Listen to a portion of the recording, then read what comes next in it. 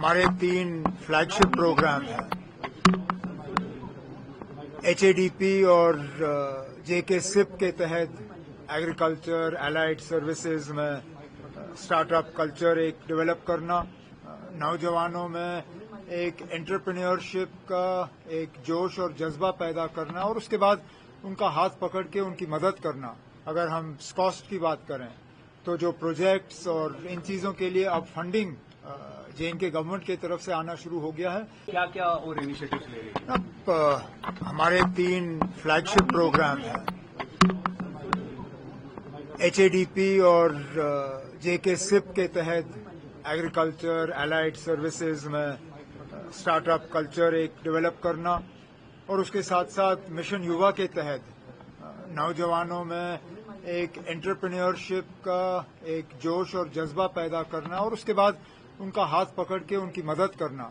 ये गवर्नमेंट के कुछ अहम प्रोजेक्ट्स हैं, प्रोग्राम्स हैं जिनको हमने रोल आउट किया हुआ है और इन प्रोग्राम्स के तहत काफ़ी पैसा जो है अब हमारे एजुकेशनल इंस्टीट्यूशंस में, खासकर अगर हम कॉस्ट की बात करें तो जो प्रोजेक्ट्स और इन चीज़ों के लिए अब फंडिंग JNK गवर्नमेंट की तरफ से आना शुरू हो गया है। उससे यूनिवर्सिटीज और ये जो एक्सटेंशन वर्क में जो है काफी फर्क हुआ है। सर, नीतीश कुमार ने ये अनाउंस किया है कि वो राज्यसभा पोल को जो है वो उसके लिए नॉमिनेशन भरेंगे, क्योंकि वो एक लॉन्गेस्ट सर्विंग चीफ मिनिस्टर हैं बिहार के, तो ऐसे में उनका टेन्योर भी वो खत्म हो जाएगा। हालांकि ये बिहार की हुकूमत और उनके एलाइज का एक अंदरूनी मामला है, लेकिन तब भी क्योंकि एक वक्त नीतीश कुमार जी हमारे भी साथी रहे इंडिया ब्लॉक में, तो उनका इलेक्शन के 3 महीने बाद राज्यसभा जाना, चलिए अब उन्होंने ये फैसला ले लिया है। बिहार की लोगों की उन्होंने खिदमत की, उसके लिए शुक्रिया और आगे जाके उनका रोल अच्छा राज्यसभा में रहे, उसके लिए बेस्ट विशेस। हमारे 3 साथी जो हैं राज्यसभा में हैं, उनसे कहूंगा कि बीच बीच में नीतीश कुमार जी को मिले। सर, हमारी नेबरिंग कंट्री नेपाल के बीच में भी वोटिंग हो रही है। जनजी प्रोटेस्ट के बाद जो गवर्नमेंट ओवरटर्न हुई, उसके बाद ये फर्स्ट टाइम वहां पर जनरल इलेक्शन हो रहा है। अच्छा, इलेक्शन होने चाहिए। जमहूरियत में बिना इलेक्शन के हुकूमत आप बना कैसे सकते हो?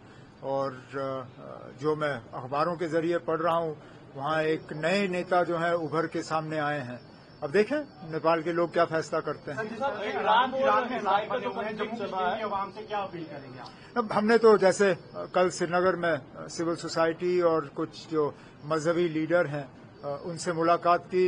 मुलाकात के बाद जो है एक अपील जारी की गई कि हम अमन जो है वो बरकरार रखें, किसी तरह जो है कानून को हाथ में ना लिया जाए और जो अनासिर, जो वो लोग हैं जो जम्मू कश्मीर में माहौल बिगाड़ने की कोशिश करते हैं बीच बीच में, उन्हें इस मौके का जो है फायदा देने की इजाजत नहीं दी जानी चाहिए। जिस तरह से कल समरीन पर अटैक हुआ है, कल हमने श्रीलंका में देखा, आप कैसे देखते हैं? क्योंकि भारत में आई थी, उसका वेलकम हुआ, वो वापस ईरान लौट रही थी, वहां पर यूएस ने उस पर हमला करा है, ये किस तरह? अब ये अफसोस की बात है, ये ईरान का जो वॉरशिप है ये हमारे मेहमान थे, ये हमारे यहाँ आए थे एक नेवल एक्सरसाइज के लिए, यहाँ से वापस जाते जाते उस पर हमला हुआ।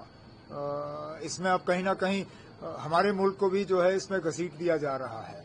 अब आगे जाके क्या होगा वो मेरे दायरे इख्तियार से बाहर है, लेकिन यहाँ पे लोगों को फिक्र है क्योंकि कई सारे लोग जम्मू कश्मीर के वो ईरान में हैं, कई हमारे स्टूडेंट्स वहाँ पे हैं। हम मरकजी हुकूमत के साथ मिलके अब उनको वहाँ से वापस लाने का जो है एक प्रोग्राम वो हम बनाने की कोशिश कर रहे हैं। उम्मीद कर रहे हैं कि आहिस्ता आहिस्ता उनको हम वापस घर लौटा पाएंगे। Thank you sir.